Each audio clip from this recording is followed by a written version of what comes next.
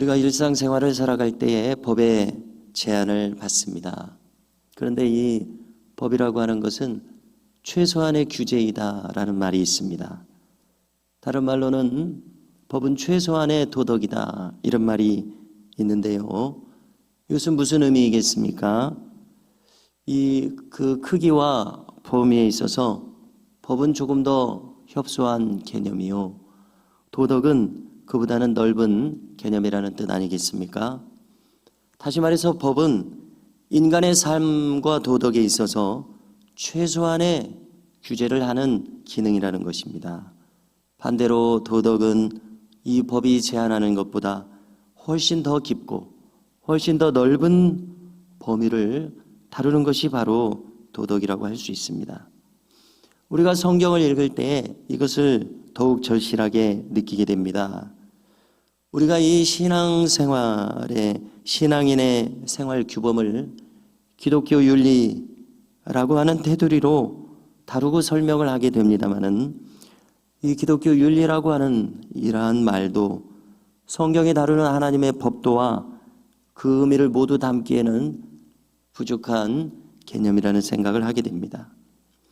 오늘 말씀을 보십시오. 1절에서 보니까 소나 양이 길을 잃은 것을 보았을 때에 그 소나 양을 어떻게 할 것인가에 대해서 다뤄주십니다. 이때 우리의 선택은 크게 두 가지일 것입니다. 첫째로 이것을 그냥 못 본 채 하고 지나치는 것이 첫 번째 선택일 것이고, 또 둘째는 시간을 내서 그 소나 양의 주인을 찾아주는 것입니다. 과거에는 한 동네에 이 소나 양이 네 집 것인지 이것은 쉽게 드러났을 것입니다. 그렇게 해서 찾아주게 될 것인데요, 이때 이것을 못 본 채 하고 지나가도 누가 이 법으로 제한할 수 있는 그러한 일은 아닌 것입니다. 그러나 이 소나 양의 주인을 생각할 때 그가 얼마나 잃고서 곤경에 빠졌을지 생각하면서 찾아주는 이 마음이 얼마나 이 배려심이 넓습니까? 그리고 그 마음이 따뜻한 마음입니까? 오늘 말씀은 바로 이것을 못 본 채 해도 아무도 그를 비난하지 않을 것이고 어떠한 법의 제한도 받지는 않을 것입니다. 그러나 그대가 하나님의 백성인 이상 이를 못 본 채 하지 말고 주인을 찾아주라는 이러한 말씀이 주어진 것입니다. 그러므로 우리는 이 기독교 윤리, 이것은 최소한의 제한인 법보다도 더 깊은 곳을, 더 깊은 문제를 다루고 있음을 분명히 알게 됩니다. 우리가 하나님의 백성들인 한, 우리의 행함에 있어서 하나님께서 원하시는 바는 바로 어떠한 면면인지를 잘 생각할 수 있기를 원합니다. 2절에서 이에 대해 덧붙여 말씀합니다. 만일 너희가 그것을 즉시 찾아줄 수 없다면 집에 데리고 있어라. 그리고 나중에 주인이 나타나거든 돌려주라. 이렇게 말씀합니다. 즉 아무도 알지 못한다고 생각하면서 은근슬쩍 자신의 소유로 삼아서는 아니 된다는 것이 바로 여기에 포함되어 있습니다. 또 3절에서 덧붙이기를 이것이 나귀와 같은 짐승이건 사람이 입는 의복이건 여타 어떠한 분실물이든지 간에 그것을 취득했다면 그것을 못 본 채 하지 말라 말씀합니다. 그것을 은연중에 자기의 것으로 취하지 말고 반드시 주인을 찾아주라는 말씀을 거듭해 주고 계십니다. 또 이어서 이제 다른 상황 속에서 타인의 나귀나 소가 길에 넘어졌습니다. 역시나 그것을 목격했을 때에 이때도 그 어려움을 못 본 채 하지 말고 너는 반드시 형제를 도와서 그것을 일으켜 세워라. 이렇게 말씀하고 있습니다. 방금 읽은 이 구절에서도 반드시 형제를 도우라, 반드시라는 말을 특별히 사용하고 있습니다. 여기에 우리 신앙인의 당위성이 있다고 말씀하고 있습니다. 이것은 법적인 구속력을 가지는 강제적인 규정은 분명 아닙니다. 그러나 여기에는 반드시라는 당위성을 읽는 우리에게 부여하고 있는 것이 바로 기독교 윤리의 핵심적인 내용이 되고 있습니다. 반드시, 마땅히, 바로 이와 같은 말씀을 덧붙인 것이 바로 기독교 윤리의 핵심을 바로 이와 같은 당위성에 두고 있음을 잘 알 수 있습니다. 이어서 이제 5절을 우리가 듣게 될 때에 흔히 말하는 이 유니섹스식 착용을 금하는 내용입니다.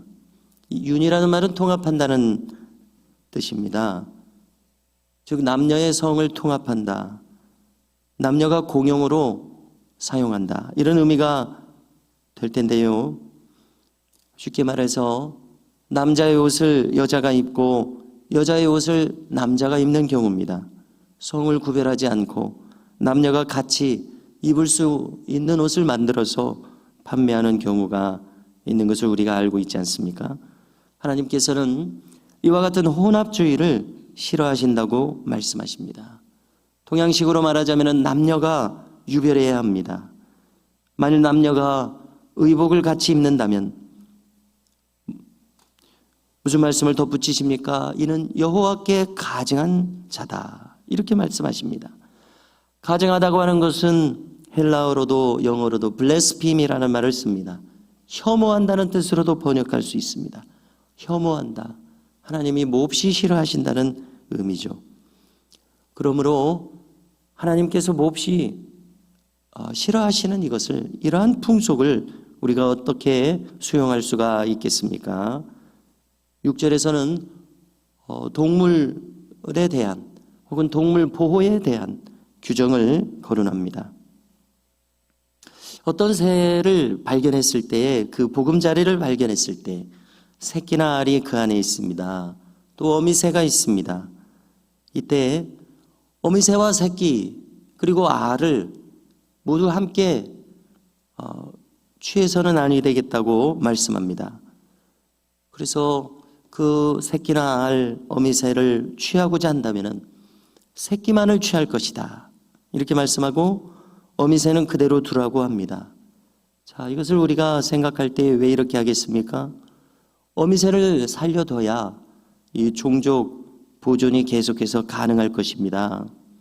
이것은 자연에 사는 한 종을 보호하는 일이 되고 있습니다.